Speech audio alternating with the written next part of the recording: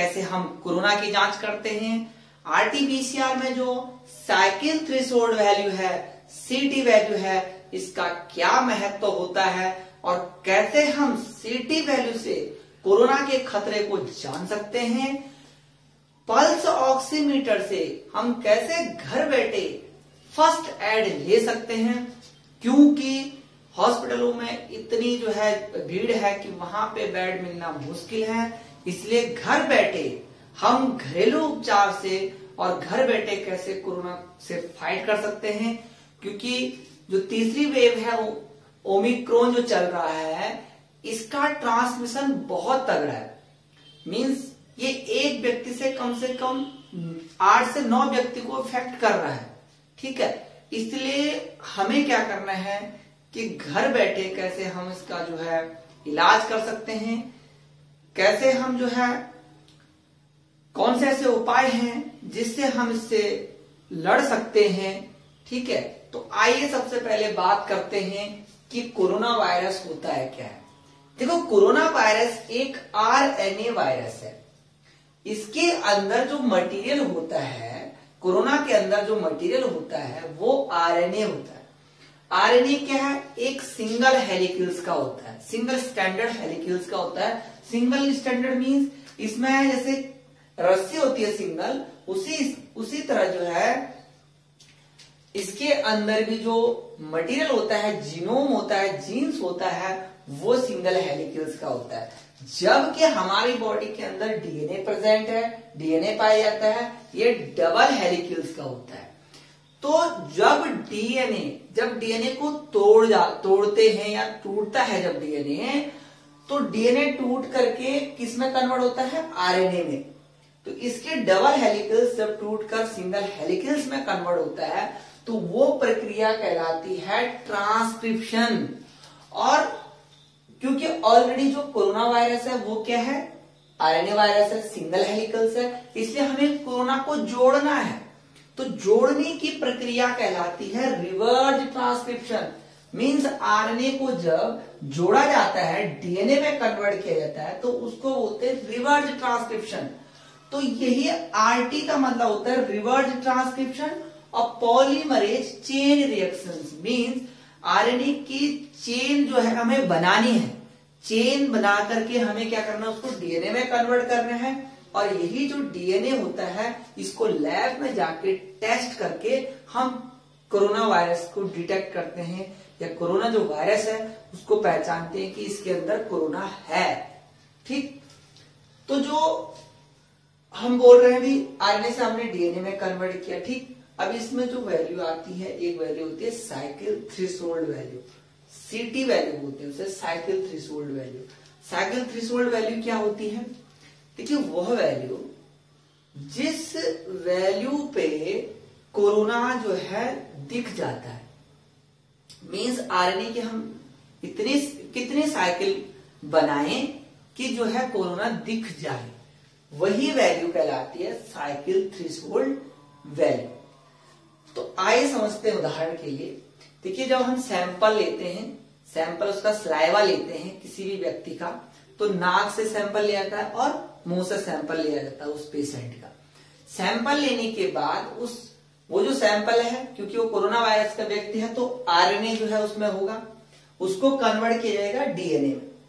तो उसकी कितनी चेन बनाएं कि वो कोरोना दिख जाए।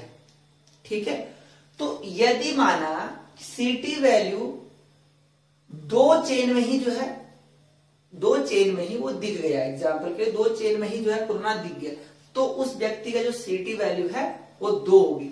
यहाँ पे जो हमने एग्जाम्पल दिया है, एक ऐसा पेशेंट जिसकी सीटी वैल्यू 20 है। मीन्स सीटी वैल्यू मीन्स आरएनए को हमने, आरएनए की जो चेन है वो 20 बार बनाया। ठीक है, 20 बार बनाने के बाद तब जाके इस व्यक्ति में कोरोना निकला, तो इसकी जो सीटी वैल्यू है वो कितनी है? 20 है। तो जो हमारे वैज्ञानिक थे उन्होंने क्या किया? एक एवरेज वैल्यू निकाली। ठीक, उस एवरेज वैल्यू को उन्होंने कहा कि यदि इस एवरेज वैल्यू तक, इतने साइकिल बनाने तक यदि कोरोना जो है दिख गया तो ठीक है कि उस व्यक्ति को कोरोना है। ठीक, अदरवाइज कोरोना नहीं आया या उसको नेगेटिव मानते। तो फिक्स वैल्यू थी 35 चेन बनाने तक यदि कोरोना दिख गया तो वो पॉजिटिव है, और नहीं तो वो जो है वो व्यक्ति नेगेटिव माना जाता है। ठीक, तो एग्जाम्पल समझिए कैसे, देखिएगा कि जूस बनाने वाली मशीन होती है, उसमें हम जो है संतरा डाला हमने, ठीक, मौसमी डाली उसमें, और पहले टाइम पे आप यदि उसको घुमाओगे तो क्या उसका जो है रस निकल जाएगा? नहीं, उसको जब हम 5 से 10 बार घुमाते हैं, मान लीजिए उसको 10 बार घुमाया तब जाके उसका रस निकला, तो उसकी जो सीटी वैल्यू होगी वो 10 होगी। एक उदाहरण समझा रहे हैं, हम उससे कंपैरिजन कर रहे हैं। इसी तरह से अमरूद है, अमरूद थोड़ा सा हार्ड होता है, हमने इसको कितना, इसको 25 से 30 बार घुमाया और 30 बार जाके इसका तब जाके रस निकला 30वीं बार, तो उसकी सीटी वैल्यू होगी 30। इसका क्या मतलब है? इसका ये मतलब है सीटी वैल्यू ज्यादा होने से फायदा होता है, मीन सीटी वैल्यू ज्यादा हो तो अच्छा है, सीटी वैल्यू कम हो तो खराब है। रीजन क्या है कि 2 ही चेन में निकल गया, इसका मतलब उसको कोरोना ज्यादा है। समझ रहे? अब हम दूसरा एग्जांपल समझाते हैं। देखिएगा, हमने सबसे पहले सैंपल लिया किसी व्यक्ति का, सलाइवा लिया उसका, कैसे, नाक से और मुंह से लिया हमने उसका सलाइवा। ठीक, जब हम उसका सलाइवा लेते हैं, सलाइवा लेने के बाद उसको डीएनए में कन्वर्ट किया। ठीक, तो जब उसको स्टार्टिंग हुआ कोरोना, तब उसकी जो सीटी वैल्यू होगी ज्यादा होगी। क्यों? क्योंकि उसको ज्यादा बार घुमाना पड़ेगा, क्योंकि कोरोना कम है उसमें मात्रा। ठीक है, तो उस टाइम पे जो है सीटी वैल्यू उसकी ज्यादा होगी, मीन्स उसके ज्यादा साइकिल बनाने पड़ेंगे कोरोना के, तब जाके वो डिटेक्ट होगा। अब ये जो मिडिल स्टेज दिखा रही थी हमने, मिडिल स्टेज होती है हाई स्टेज। हाई स्टेज मतलब जब उसको कोरोना पूरा हो चुका है, तो 2 साइकिल घुमाते ही तुरंत जो है मिल जाएगा उसको। ठीक है, तो हम बोलते हैं उसकी सीटी वैल्यू 2 ही है। ओ बाप रे बाप, इसमें तो बहुत ज्यादा कोरोना है भाई। ठीक, और जब व्यक्ति स्वस्थ हो जाता है 10 और 15 दिन तक जब वो क्वारंटाइन रहेगा, जब वो प्रॉपर प्रिकॉशन लेगा, तो उसके बाद जब कोरोना उसकी बॉडी से निकल जाएगा तो उसके हमें ज्यादा चेन बनानी पड़ेंगे। ठीक, तब जाके कहीं जाके कभी कभी नहीं निकलता है। यदि 35 से ज्यादा बार चेन घुमाया तो नहीं निकला तो मानते हैं नेगेटिव है, यदि उसके अंदर आ गया तो बोलते हैं उसका पॉजिटिव है। ठीक, तो मीन्स सीटी वैल्यू स्वस्थ होगा जब व्यक्ति, तो उसकी सीटी वैल्यू बढ़ जाती है। तो जो सीटी वैल्यू और कोरोना लोड है, इन दोनों में क्या संबंध है? ये एक दूसरे के अपोजिट होते हैं। मीन सीटी वैल्यू बढ़ने से कोरोना लोड कम होता है, और कोरोना लोड बढ़ने से सीटी वैल्यू क्या होगी? कम होगी। ठीक, अब पल्स ऑक्सीमीटर के बारे में बात करते हैं कि पल्स ऑक्सीमीटर होता क्या है। एक डिस्प्ले बनाई है हमने पल्स ऑक्सीमीटर की, जिसपे है SpO2 परसेंटेज, RPR, और एक है इसमें PI परसेंटेज। SpO2 परसेंटेज क्या होता है? Saturated pulse oxygen. मींस यहां पे ये ऑक्सीजन के लेवल को दिखा रहा है कि कितना ऑक्सीजन का लेवल है उसमें। तो ऑक्सीजन का लेवल होना चाहिए 94 या 94 से ऊपर हो तो वो व्यक्ति स्वस्थ माना जाता है। तो जो पल्स ऑक्सीमीटर है, इसमें हम पल्स को भी और ऑक्सीजन के लेवल को भी नाप सकते हैं। ठीक है, पल्स रेट, इसमें PR है ना, पल्स रेट। पल्स रेट जो है नॉर्मल 60 से 90 होती है। देखिएगा, इस व्यक्ति की 86 है, इसका मतलब इसकी पल्स रेट ओके। जबकि SpO2 वैल्यू इसकी कम है, क्योंकि नॉर्मल कितना होना चाहिए? 94 या उससे ज्यादा। तो इसकी जो SpO2 वैल्यू है वो कम है, इसलिए इसको डॉक्टर की देखरेख में सलाह लेनी चाहिए कि करना है क्या।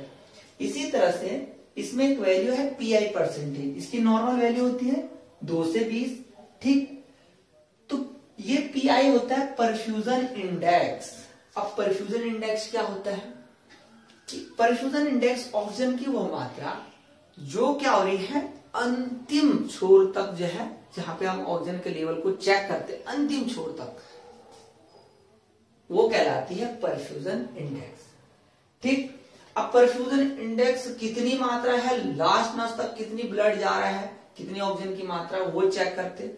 देखो 0.5 है किसी का, तो उसको मानते हैं डेंजरस, कि खतरनाक है। तो यहाँ पे इस पेशेंट का 2.9% है, इसका मतलब इसका परफ्यूजन इंडेक्स ओके है। ठीक, अब जो कोरोना है इसमें क्या हो रहा है, तो एक जिंक का लेवल को कम कर दे रहा है और एक विटामिन सी के लेवल को।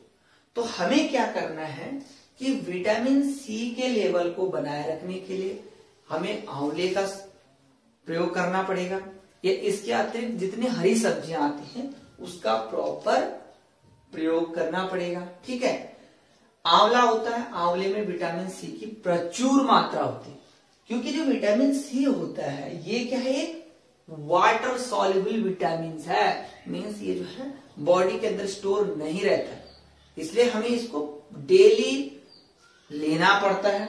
जिंक, अंडा होता है, अंडे में जिंक प्रचुर मात्रा में होती है और दूध में प्रचुर मात्रा में जो है जिंक पाया जाता है, इसलिए हमें प्रॉपर जो है हर 2 घंटे के बाद ये लेना पड़ेगा ना, दूध और अंडे।